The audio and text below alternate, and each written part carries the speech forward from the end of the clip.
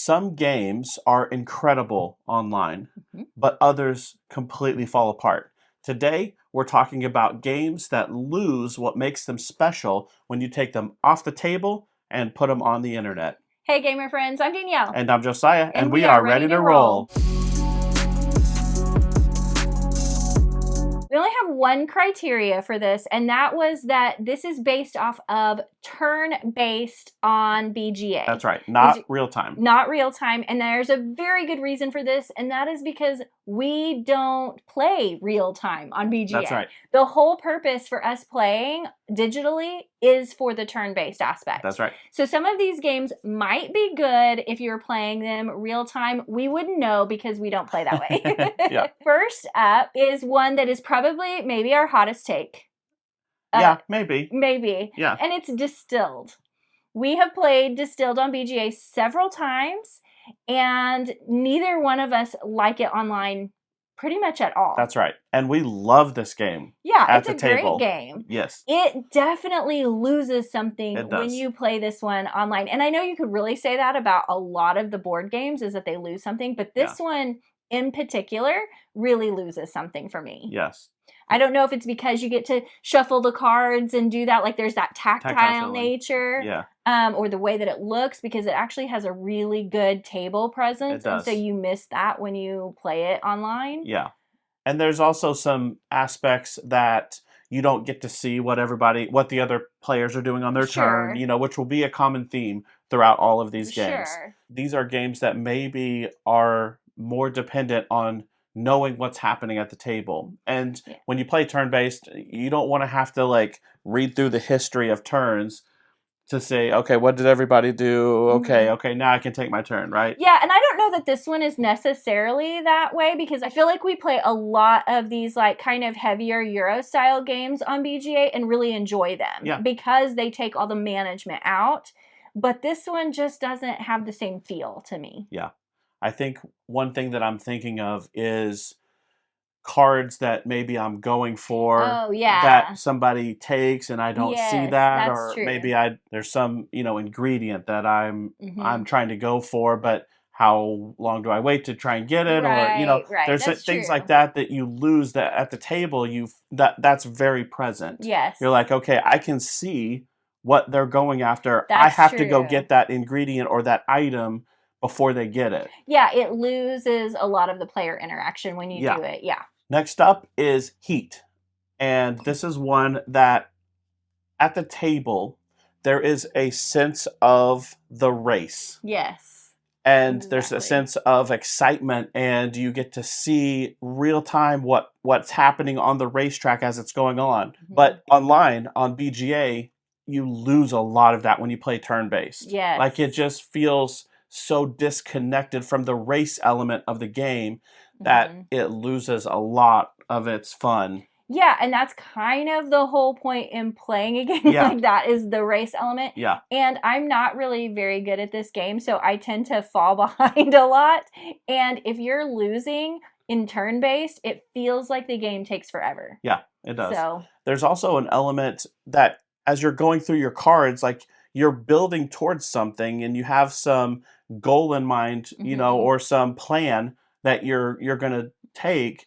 But when you play turn-based, a lot of times you have a hard time reconnecting with that plan. I know, that is the hard thing about playing turn-based online, is that plan. Yeah, so you lose that as well. So that's why this one's on the list. Number 3 on our list is Flip 7. Yep. So this is one that is a really fun game if you have a bunch of people that are at varying playing levels. Anybody can play Flip 7. Yeah. And you can get a group of people together, and most of the time people are going to have a good time playing this game. That's right. So playing it online doesn't really make sense to me, especially turn-based. It's so much slower. It is. Slows the game down significantly, and it's just kind of boring. It is. You lose the casino aspect of the game. Yeah, right. So hit me. there's this hit me and you push and then you bust and everybody's like, ah. Yes. And so there's all of that atmosphere around the game, you lose. And that's what really makes it fun. I agree. Outside of mechanically, that, it's just a simple, boring game where you're just getting a card and trying to know when to stop, right? But it's the atmosphere around the game, and you lose all of that when you play turn-based on BGA. Next up is Can't Stop. And for very, very similar reasons to Flip 7, Can't Stop is on this list, right? So there's this push your luck aspect of Can't Stop that you get to participate in the atmosphere aspect of that with other players when you're playing on out at the table. But you lose all of it again when you move it to online. Yeah, and I think this is really common with those party style games, but it's especially prevalent in the push your luck party style, because there is that element of when you bust, it's like, oh, it's this big moment. And none of those moments happen. And that's what makes these games special are those moments. And so if you don't have that special element, they're kind of left flat. They are flat. This one, more than Flip 7, I think is still doable. Yes, quote unquote, I agree with that. It's better. It's better than Flip 7 on BGA, but still it loses so much of the excitement and the atmosphere that you get when you play this game in person. Okay, number 5 on the list is Skull King. Skull King is a fun trick-taking game. Similar to the last two that we talked about, there is an element of like atmosphere that this one creates. But on this one, because it's trick-taking and it's turn-based, you're playing a card. And then you wait. And it's like it just feels so long. Yes, it feels like you're playing the game in mud. Yes, exactly. And so it just doesn't do it online at all. But you can see, like, if you play it online, you're like, this could be really fun, not online. Yes. And that may be the case with most, if not all, trick-taking games online, right? But this one is one that we've had experience with, right? And so that's why it's on the list. But you could probably say this about any trick-taking game.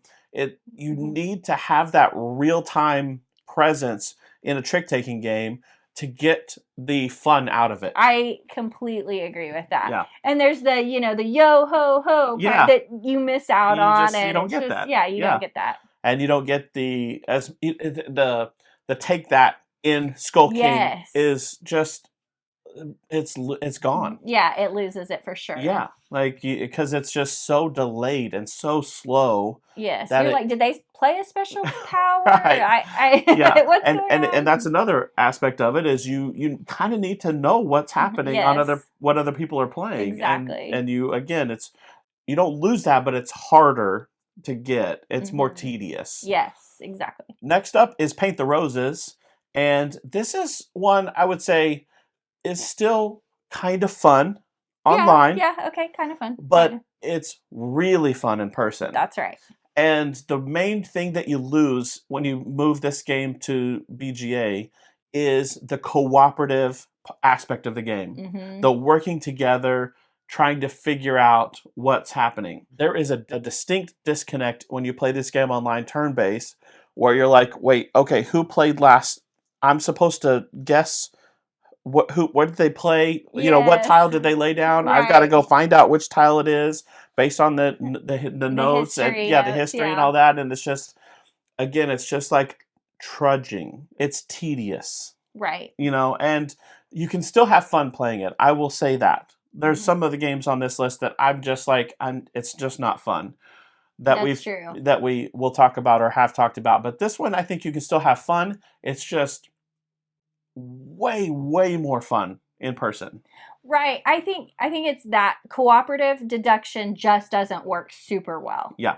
Online, which leads us to the next game on our list, and that's mind management. Yeah. Because you also have that cooperative deduction element, and then you have the secret roll. And again, that just doesn't work in turn-based very well. We found that we were trying to work together, but it's really hard to work together. You're trying to do different things. I don't know. It just didn't work online very well. That's right. For all those same reasons. And there may be some way that you can try and mitigate that by chat. Yes. Or something, the chat function. But again, it just, it needs a real-time feel. It needs a real-time aspect. It does. To really enjoy those types of games, I feel like it needs the real-time. Absolutely. Next up on the list is Tzolk'in, the Mind Calendar.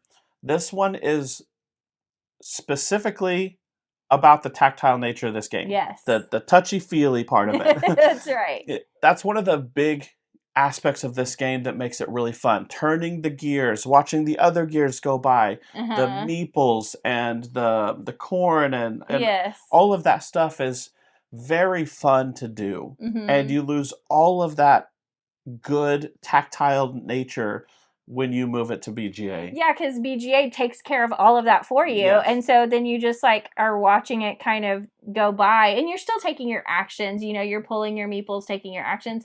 But it loses something. Like, that is the fun of this game, is like getting to watch the gears turn. It's such a unique element of the game. Yes. And you lose the uniqueness of it. It makes it feel more like you're just mechanically pushing a button to take a turn. Yes, right? Exactly. And so this one really thrives in person.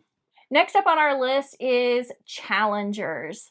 Challengers is one of those games that we have found is way more fun when you have a lot of people and you are going through the tournament. Yep. When you put it online, we have found, just like all the other like party style games, it loses a lot of that environment. Yes. And so Challengers is no different, because even though you're playing one-on-one, it's still really fun when there's like a group thing happening. You know, everybody's watching, like, who's going to win this tournament? Okay, our tournament's done. Now we're going to move to the next bracket, so to speak. Yeah. And that's part of the fun of this game. There is, like, you know, there's some things in the cards that are fine to play online, but the environment of it is missing when you don't play it in person. Absolutely. This one feels to me like you're at a con. Yeah, you know, we played it with 8 people, I think. Yeah, the max. The max. It was, yeah, we played max player count at one of my family functions, and it felt like you were at a con. Like everybody's playing next to each other. Yes. And then these people finish and they get up and they're watching this other match, you know. Yes, and then they're swapping seats and it just, all of that was very exciting. Yeah. And the thrill of who's going to come out on top, and all of that is gone.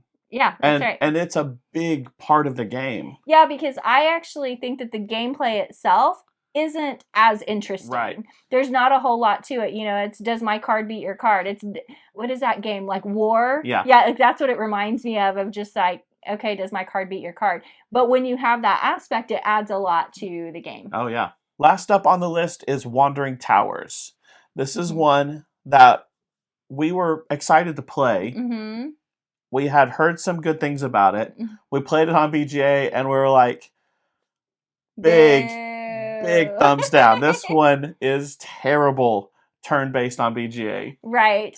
And we've talked about this before, and a few of you reached out and there, you were like, it's so much better in person, and it's even better real-time than it is turn-based, which I could see that. 100%. This is a game that you need to see what's going on. Absolutely. Because when it would come back to my turn, I was like, where are my wizards? My wizards are gone. I don't know what's going on. Are they in this level, this level, this level? I don't know. This way, this way, this way, I don't know. And I couldn't remember, like, even what I did on my last turn. So it was just this whole, like, really boring, honestly. Yes. And we tried it a few times because we were like, maybe? No, it just doesn't work. Yes. And there's a tactile aspect to this game as well. Yes. Stacking towers, you know, on top of each other, and having the wizards inside, you know, at the different hiding levels. Your wizards. I'm doing something to you. And so you need that in this game. And most of all, you have to know what's going on, or you just have no idea what's happening. Yes, it makes it a lot harder and a lot less enjoyable. Absolutely. Now we want to hear from you guys. Tell us down below in the comments, what games do you refuse to or hate playing online? Thanks for watching, and we'll see you next time. Bye.